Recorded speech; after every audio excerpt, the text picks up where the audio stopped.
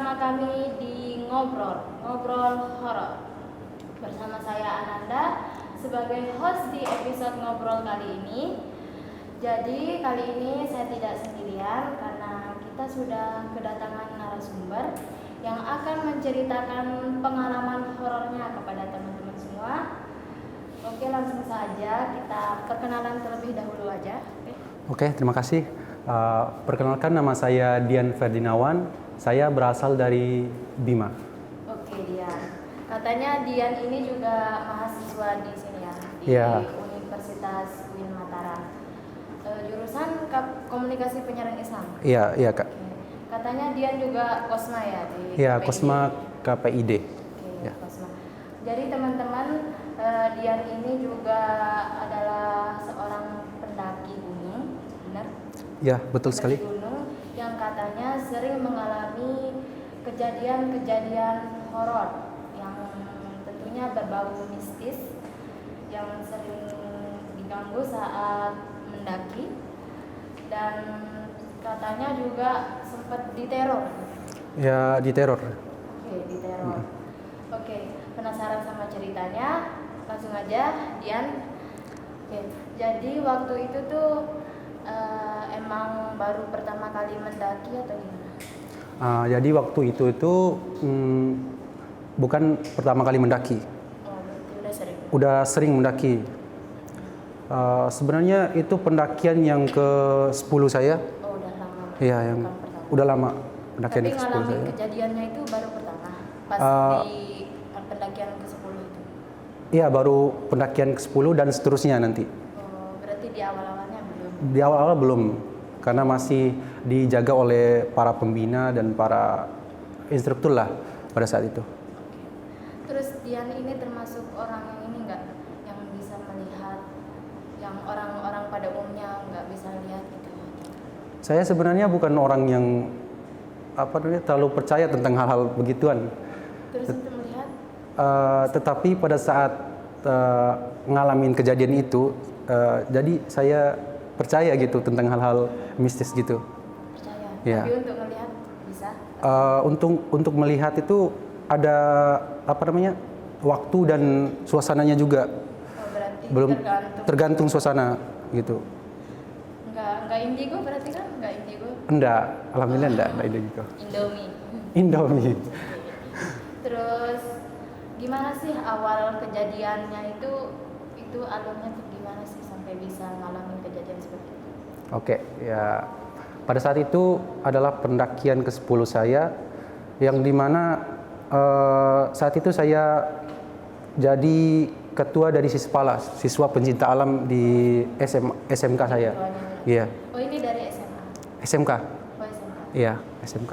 Pada saat itu saya jadi ketua Sispala, dan di situ agendanya itu diklasar atau diklat gitu, anggota baru angkatan kedua. Ya, pada saat itu diklasar angkatan kedua. Terus rencananya itu pendakiannya selama 3 hari 2 malam. 3 hari 2 malam, yang letak gunungnya itu di Gunung Lelamase atau Punce namanya di sana. Di tepatnya berada di Kota Bima. Oh, di Bima. Di belakangnya Kota Bima gitu. Pada saat itu kami berangkatnya pagi. Niatnya pada awalnya itu pendakian malam. Pendakian malam. Berarti berangkatnya dari pagi? Berangkatnya pagi, nyampe di base camp pendakiannya itu sekitar jam 12 siang. Soalnya jarak dari SMK kami dengan base camp pendakian itu sekitar ada 5 jam, 6 jam lah. Jauh. Ya, Itu jauh. jalan apa gimana? Enggak, pakai mobil. Oh, mobil. Mobil pada saat itu, pick up. Rombongan gitu? Ya, rombongan. Pada saat itu pendakiannya itu diikuti oleh sekitar 17 orang. 17. Ya, 17 orang. 5 orang cowok, belum masuk pembinanya itu. 5 orang cowok untuk anggotanya, 5 orang cewek untuk anggotanya. Terus pembina cowoknya itu ada 4 orang. Terus pembina cewek ada 2 orang. Terus dengan saya kan sebagai ketua itu. Pas nyampe base camp kondisinya itu pada mabuk perjalanan. Mabuk perjalanan ya. Enggak, bukan mabuk yang seperti yang kita pikirin gitu. Mabuk perjalanan, terus istirahat sejam.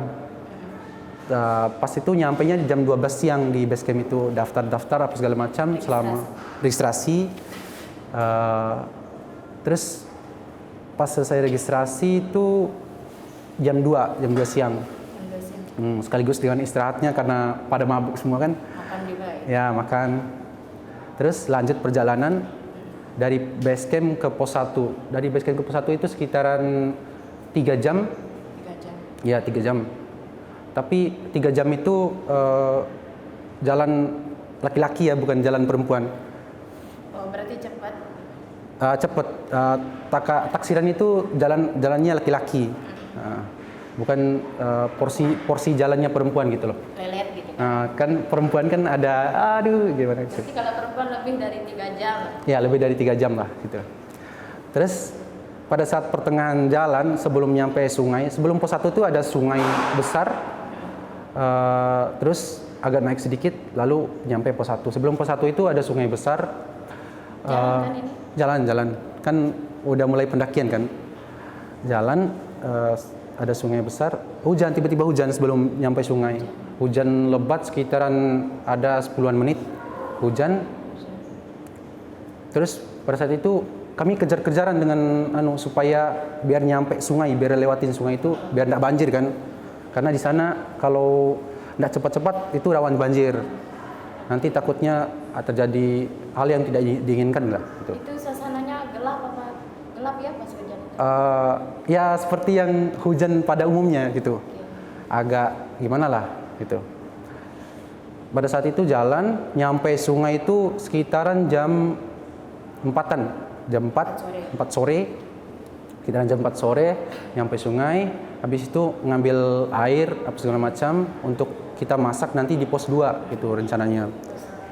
Nyampe pos 1, alhamdulillah nyampe kan pada saat itu jam 5-an. Nyampe pos 1, terus kami istirahat sebentar, sekitaran 15 menit. Kami istirahat, terus lanjut jalan ke pos 2. Pas jalan itu belum ada kejadian janggal apa-apa, masih gembira-gembira, biasa-biasa lah gitu. Masih bercanda-bercanda, karena memang kan itu pada saat sore hari gitu. Nyampe pos 2 itu sekitaran setelah maghrib. Nyampe pos 2, disitulah kita tempatnya masak makan malam kan, ya makan malam masak, terus di situ juga ada sungai kecil tempat ngambil air, ada mata airnya di situ. Nah di situ kita istirahat 1 jam lah, 1 jam sambil nunggu isya juga kan, sebelum kami memutuskan untuk salat isya dan lanjutkan perjalanan gitu. Nah, pada saat itu kami udah istirahat kan, selesai makan, disitulah tempat kejanggalan terjadi karena memang di situ katanya pos 2 itu adalah pos yang agak sedikit angker. Jadi posnya itu ada berapa sih kalau mendaki? Kalau di Lelamase itu ada 4 pos. Jarak antar posnya berbeda-beda, sekitaran ada yang 3 jam, ada yang 2 jam, ada yang 5 jam gitu. Berarti setiap gunung itu berbeda-beda ya? Setiap gunung tergantung ketinggian dari gunung tersebut ya. Kalau gunungnya misalnya 900 mdpl, biasanya dia terdiri dari 3 pos atau 4 pos. Kalau gunungnya 2000 lebih, biasanya itu ada 8-7 pos gitu. Oh, banyak. Nah, pas di pos 2 itu terjadi kejanggalan. Pembina dari Sispala itu, dia berencana tidur baring-baring di hamok dia. Hamok itu kayak ayunan gitu, ayunan untuk anak gunung, tahu kan? Ayunan gitu, diikatlah di antara tiang di pos itu. Kan di pos 2 itu ada disediakan kayak beruga gitu, beruga sekitaran muatnya itu ada 15 orang lah muatnya beruga itu. Besar lah beruganya. Dibuat orang sengaja karena itu gunung resmi kan. Terus diikatlah di antara 2 beruga itu, tiang beruga itu diikat. Kan biasanya pembina itu udah berpengalaman ngikat gitu kan, ngikat hemok supaya tidak lepas kan. Tetapi tiba-tiba pada saat itu saya di bawahnya, di sampingnya, dia lagi gelantungan gini, saya di sampingnya duduk sini. Tiba-tiba tali yang ngikat itu kelepas, dia jatuh di bawah jatuh. Dia tuh jatuhnya duluan kepala gitu. Duluan kepala dan sedikit aneh gitu. Menurut saya itu sedikit aneh karena memang itu hal yang pertama saya lihat pembina bisa-bisa jatuh gitu. Itu mulai kejanggalannya terjadi. Terus selesai dari kejadian itu diobatilah kan karena ada benjolan sedikit gitu. Ada benjolan, terus diobatin. Nyampelah sholat isya. Selesai sholat isya, beres-beres, diskusilah kami ber-17 itu diskusi. Gimana nih, mau lanjutin perjalanan atau tidak? Kata salah satu orang kan.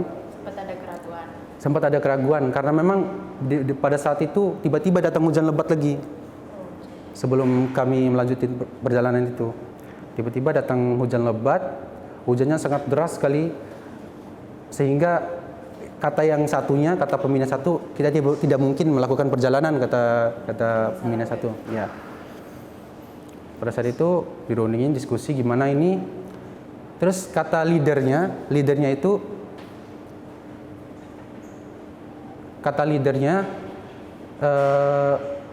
kita lanjutkan perjalanan walaupun hujan katanya. Tetapi pada saat itu tiba-tiba hujannya berhenti.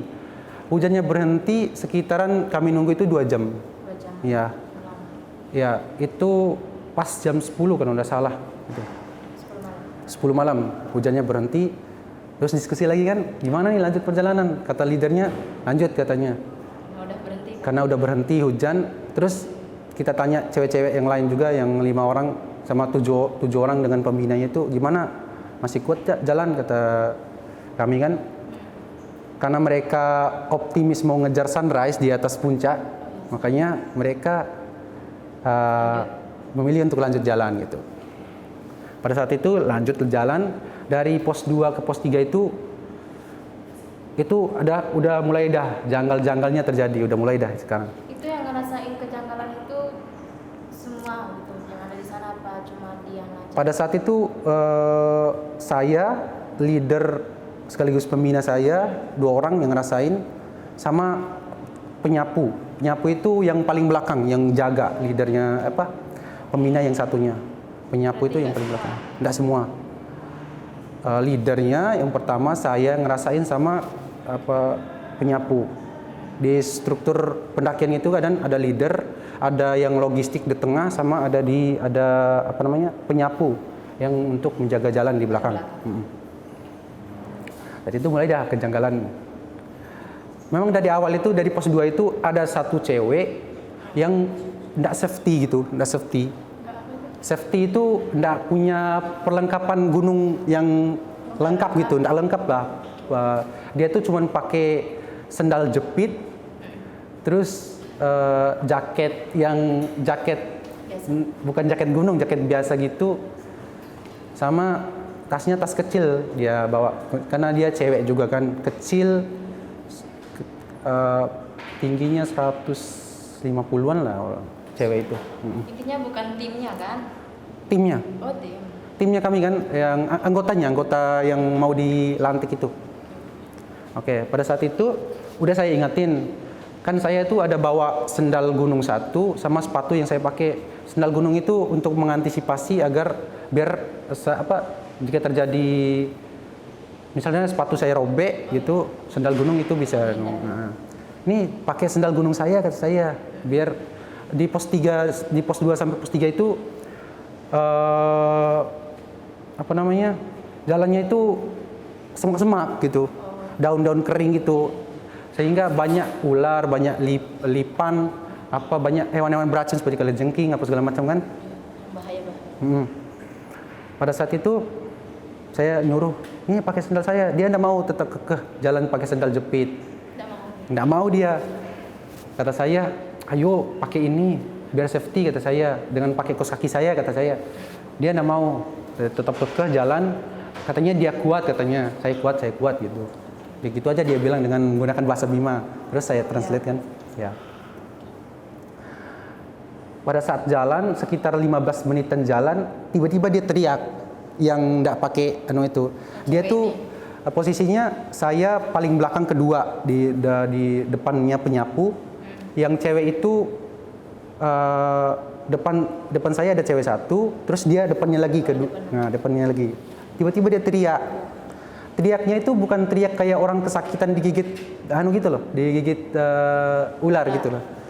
Teriaknya itu kayak teriak kesurupan. Oh, dia kesurupan. Nggak tahu kesurupan atau ndaknya, belum, masih positive thinking di situ. Teriaknya kayak orang teriak kesurupan. Pada saat itu dia teriak, terus kami kan langsung berhenti, disuruh pembinanya berhenti dulu, ada yang teriak katanya. Berhenti, terus kami ngecek lah dia. Pas saya lihat mukanya itu bukan pucat lagi, udah ungu mukanya, ungu versi manusianya lah, ungu gitu. Bisa dibayangkan ungunya kayak gimana. Dia ungu, terus teriak sekencang-kencangnya, teriak. Terus tiba-tiba diam dia.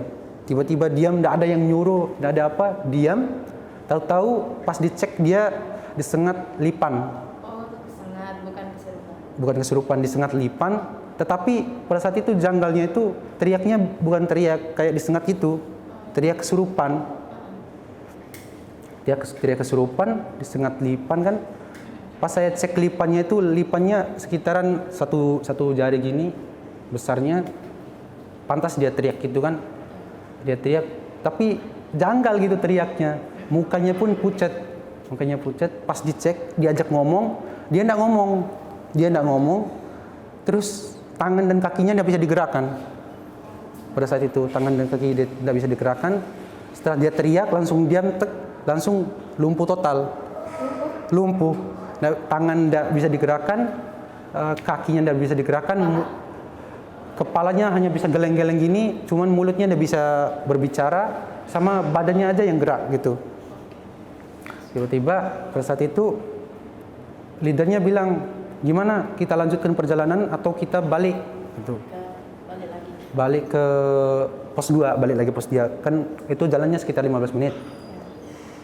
Kita lanjutkan besok biar dia ini sembuh dulu katanya. Leadernya itu udah tahu duluan dia itu kayak udah kesurupan. Udah tahu duluan. Pas itu yang ada yang lebih besar itu teman-teman itu bilang lanjutkan perjalanan. Vote dia pada saat itu dilakukan vote gitu, siapa yang ingin lanjutkan perjalanan atau lebih banyak yang milih lanjut gitu pada saat itu. Gimana nih yang ceweknya? Yang cewek itu masih nggak bisa digerakkan, masih diam di situ, ber-17 itu diam, lingkari dia, terus kita liatin ada yang ngobatin juga pas digigit itu di bagian kaki sini, karena dia tidak pakai kan, disuruh pakai kaos kaki nggak mau, disuruh pakai sendal nggak mau kan, diobatin, terus akhirnya diputuskan untuk tandu itu kita kayak ini loh, kayak di pramuka itu kita rentangkan kayak ayunan gitu, pakai 2 buah kayu kayak orang buat naik ngangkatnya dia itu. Kita buat tandu, disuruhlah baring dia di pas itu, ditandulah sampai perjalanan. Oh, berarti dibawa kayak mayat itu dia dibawanya. Pas dibawa sekitaran sejam, bukan sejam sih, sekitaran berapa menit ya? 30 menitan jalan, setengah jam. Pada saat itu saya ditugaskan untuk nandu dia dengan leader saya. Berdua. Saya nandu. Yang saya heranin itu beratnya dia minta ampun. Saya biasanya kan, anaknya buruh jagung, gitu kan. Saya biasanya ngangkat jagung yang beratnya 2 kali lipat dari manusia gitu. Tapi pada saat nandu dia itu sumpah berat sekali dia. Ini juga kejanggalannya. Iya, kejanggalan juga, berat banget dia. Kayak 2 karung beras dah. berasnya. Padahal anaknya itu kecil dia. Perempuan itu kecil, terus pendek juga. Pada saat itu, terus tandu lah, jalan sekitar 30 menit. Saya udah nggak kuat dah, karena berat. Mata saya udah kunang-kunang, terus pucat. Nggak kuat tandu. Terus pada saat itu jalan, tiba-tiba sekitar 30 menit jalan, cewek itu yang nggak bisa apa-apa itu tiba-tiba pas ditandu, kan dia posisinya tidur. Ditandu tiba-tiba duduk. Nah, tiba-tiba pas kami tandu jalan, tiba-tiba duduk sendirinya. Kami pun ber-17 itu bingung, kenapa anak ini padahal tadi tidak bisa sekali gerak, tiba-tiba duduk. Terus matanya kosong, disenter kan matanya kosong, masih pucat keunguan gitu dia. Kami tanya, kenapa? Tidak dijawab karena posisinya itu dia lumpuh kan, tidak bisa ngomong. Kenapa? Ditanya lagi. Terus pada saat ditanya, sekitaran 5 menit kami diam, saling bingung kan, nyenter dia yang duduk begituan, bingung. Tiba-tiba dia tidur lagi, kayak seketika langsung tidur lagi gitu loh. Aneh kan terjadi. Saya juga bingung kenapa ini. Oh, posisi tinggi, mungkin dia capek tidur gitu. Tapi posisinya kan orang lumpuh gitu. Gitu aja pikirannya. Nggak kemana-mana dah pikiran kami itu. Dan setelah kejadian itu, guru pembina saya itu nyuruh nyalain ngaji sama para rombongan itu baca surat Al-Ikhlas, Al-Falaq dan An-Nas, terus ayat kursi. Terakhirnya secara berulang-ulang terus sampai selesai perjalanan kami baca, ada yang nyalain Al-Quran juga. Tiba-tiba pas lanjut jalan kan disuruh pembinanya lanjut jalan. Pada saat 15 menit jalan lagi, tiba-tiba kaki saya terasa berat sekali. Ada 2 buah kaki terasa berat, terus kayak kram gitu loh kaki saya. Pas saya nengok ke bawah, tidak sengaja nengok ke bawah, pas itu capek banget nengok ke bawah, ada 2 balita, anak kecil. Jelas. Ada 2 anak kecil, matanya merah, terus di sekitaran pipi gini robek loh.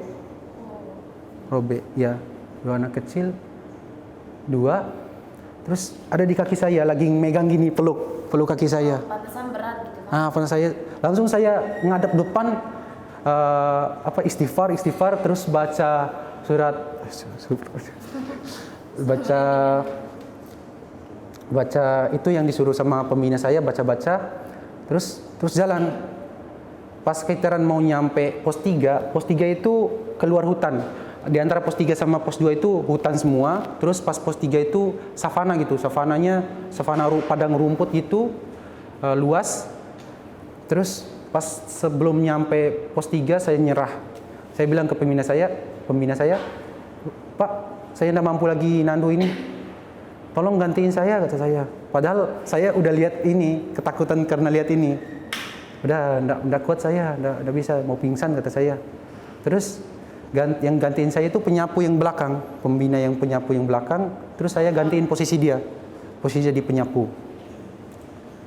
Pas dia gantiin saya nandu, saya pindah ke belakang, saya megang senter kan. Jalan jarak antara pos 3 yang mau ke pos 3 itu kata saya itu 30 menit lagi gitu. Saya pindah di penyapu, itu lagi yang lebih menyeramkan gitu loh. Pada saat saya pindah, tiba-tiba dari belakang itu ada kayak gersak-gersuk gitu loh, semak-semaknya. Dari belakang gersak-gersuk.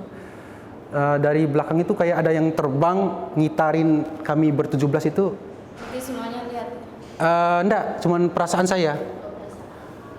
Oh, kata saya ini mungkin halusinasi saya karena capek juga kan. Terus di samping kiri, di samping kanan, ujung mata saya lihat itu ada banyak mata mata pokoknya kayak cahaya gitu, mata, terus posisinya itu hutan kan, nggak mungkin ada cahaya-cahaya lain kan. Dan pada saat posisi daki kami itu nggak ada orang daki sama sekali, karena itu pada saat kami daki itu tanggal apa ya, 18 Maret kalau nggak salah, apa 2019, 18 Maret 2019. Itu pada saat itu kan di Bima kan musim hujan, sama kan di NTB juga musim hujan terus, gerimis pada saat itu.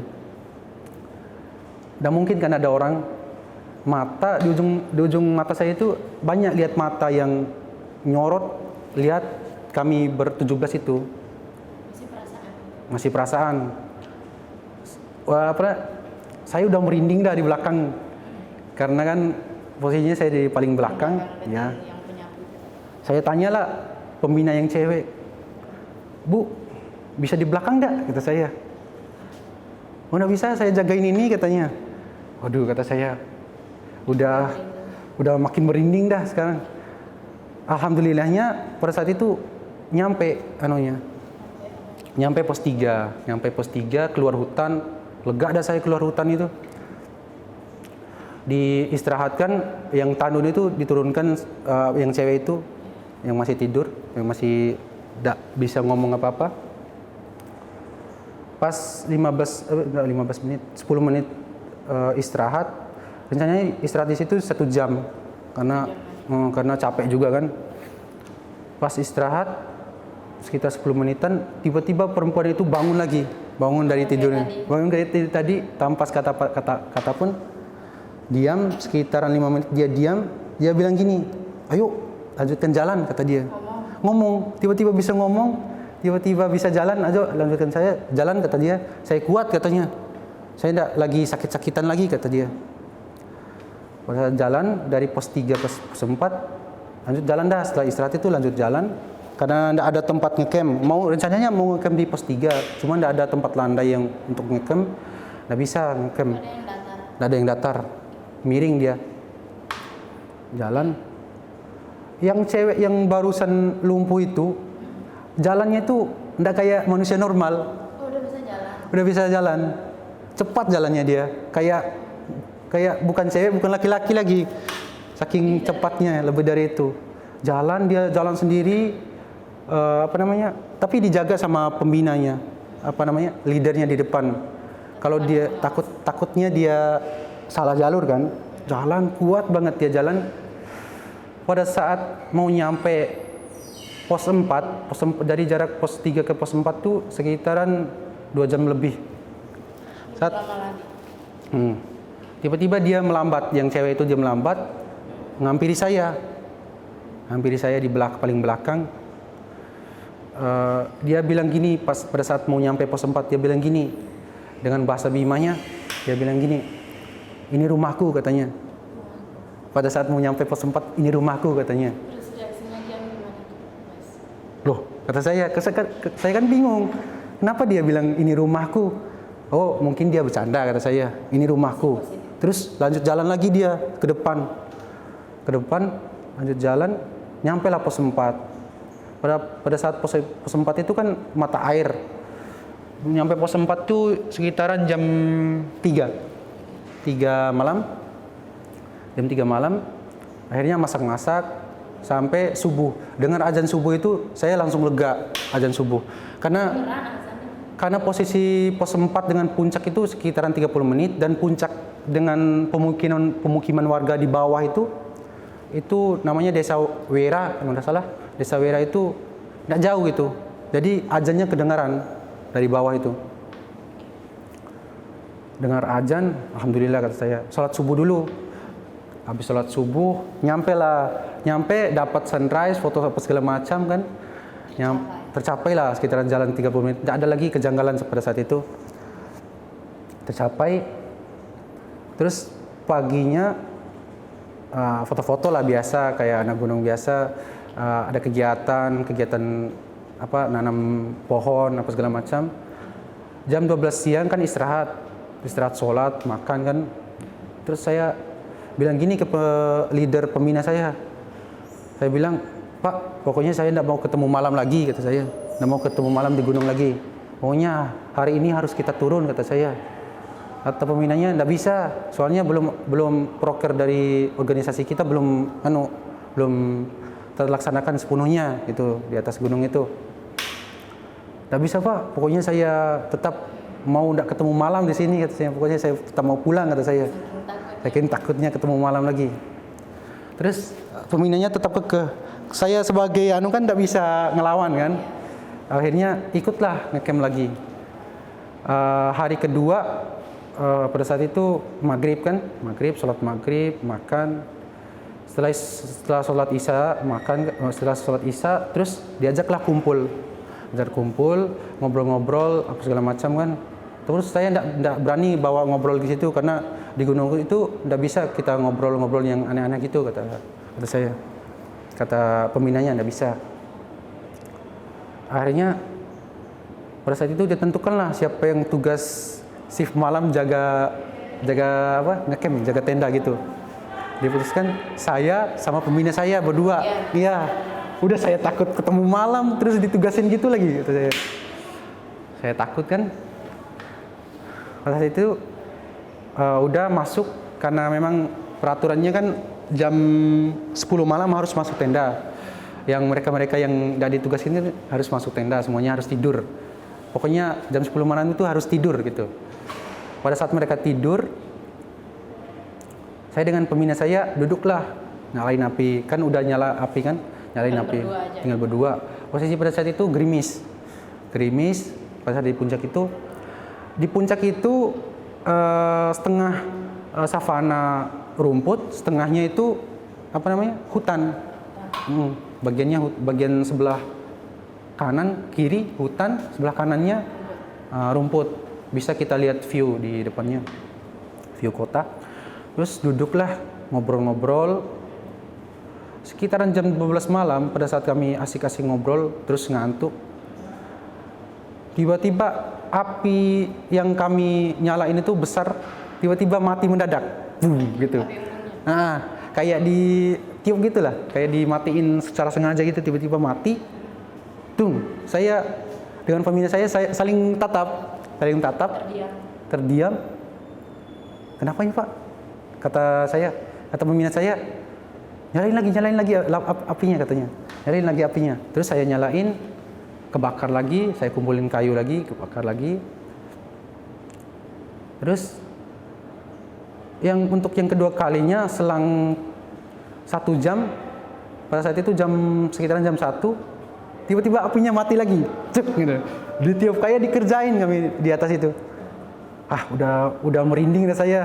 Mati lampu, mati api unggunnya. Terus kata peminat saya, nyalain lagi. Dinyalain, kita positive thinking kan. Terus setelah saya nyalain, peminat saya tiba-tiba kebelet kencing. Kencingnya itu jauh banget, dia jalan itu kan sendirian. Kencing, saya disuruh jagain tenda sendirian.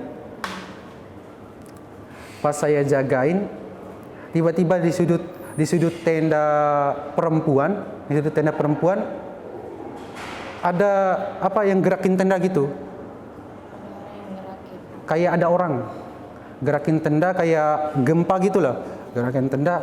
Tapi yang di dalam itu nggak nyadar, pulas tidur kan. Cuman saya nyadar, saya senter kan, nyorot di ujung di sudut tenda itu, nyorot, nggak ada orang.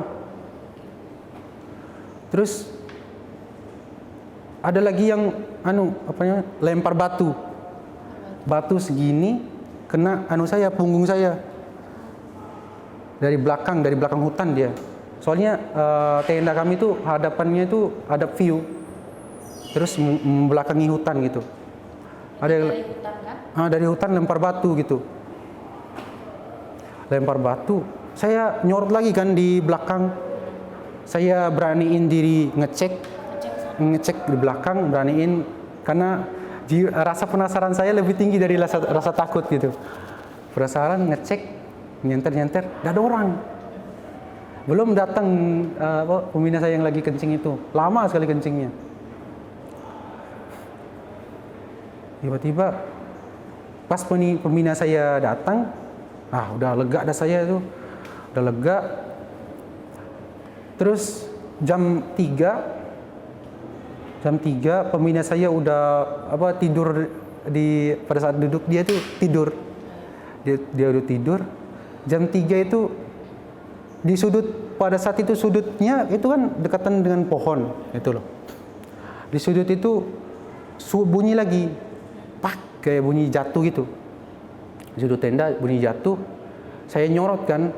Pada saat saya nyorot ada rambut panjang, terus kayak ngikat di pohon gitu loh, di ranting pohon. Rambut aja apa ada kepala? Rambut, terus nggak tahu ada kepalanya, cuman rambut ngikat di pohon, terus panjang sampai ke atas pohon. Ya, nggak tahu rambut siapa yang ngikat gitu. Rambut. Pembinanya ini udah Tidur. Saya nggak berani bangunin karena kecapean juga kan. Saya senter. Udah, saya matikan senter, nggak mau lihat rambut itu lagi. Tiba-tiba di sudut kanan di tendanya cowok bunyi lagi. Udah nggak beres nih. Saya ngecek lah, kata saya. Ngecek. Ternyata pada saat saya ngecek itu di samping saya itu berdiri kayak semacam mirip pocong lah dia itu. Iya, mirip pocong di samping saya. Saya kaget dong, teriak langsung, kebangun semua satu tenda. Satu tenda kebangun, saya teriak. Kenapa? Langsung disuruh nenangin diri. Nggak apa-apa, saya teriak doang kok, kata saya. Disuruh nenangin diri kan, tenangin diri. Pas setelah lihat itu, saya nggak berani lagi, saya masuk tenda. Kemudian saya tertidur gitu loh. Paginya saya bilang gini lagi ke pembina saya, pokoknya Pak, saya nggak berani ketemu malam lagi, kata saya. Saya nggak mau ketemu malam lagi di gunung ini, kata saya. Padahal gunung itu udah 3 kali saya daki. Udah 3 kali. Cuma baru pertama itu yang kena teror.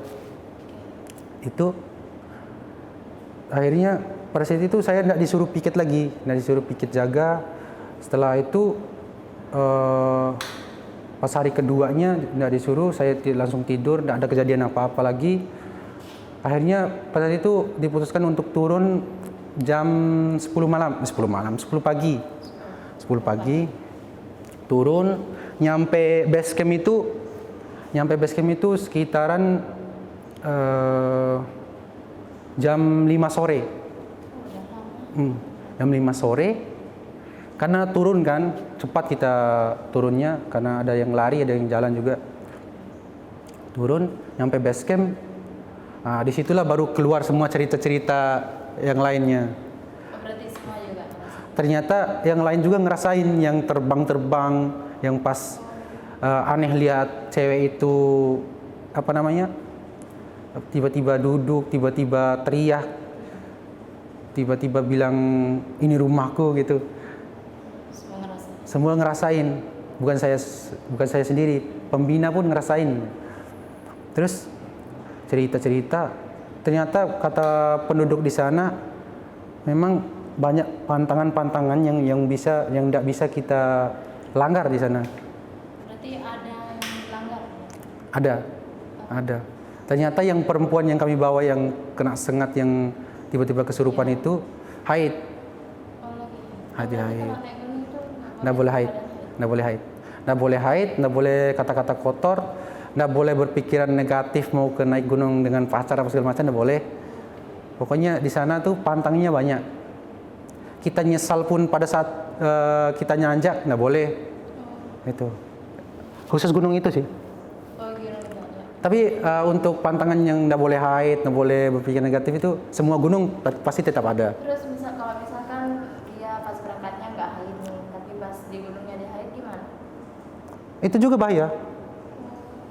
Makanya pas sebelum mendaki itu ditanya dulu kapan terakhir gitu, ditanya semua, pokoknya bersifat pribadi lah pertanyaannya, tapi bukan yang laki yang nanya, pembina yang perempuan. Tetapi dia bohong ke pembina perempuan bahwa dia ndak haid.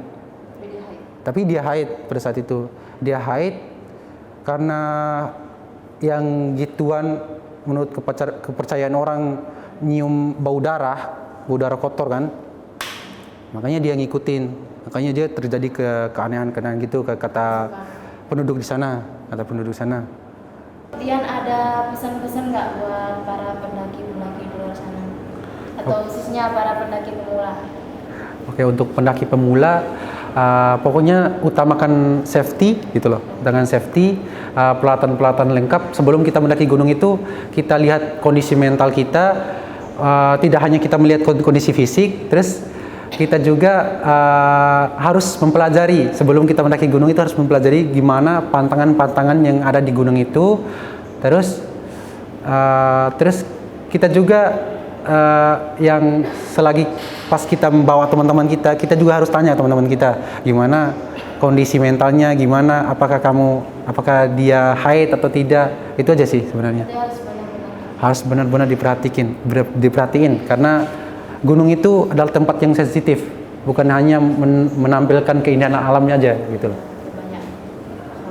Ya, banyak. Oke teman-teman, makasih juga buat dia. Sama-sama. Itu tadi berbincang-bincang kita pada hari ini. Tetap pantengin terus program-program TV lainnya. Jaga terus. Saya Ananda, pamit undur diri. See you in the next episode. Oke. Assalamualaikum warahmatullahi wabarakatuh. Waalaikumsalam.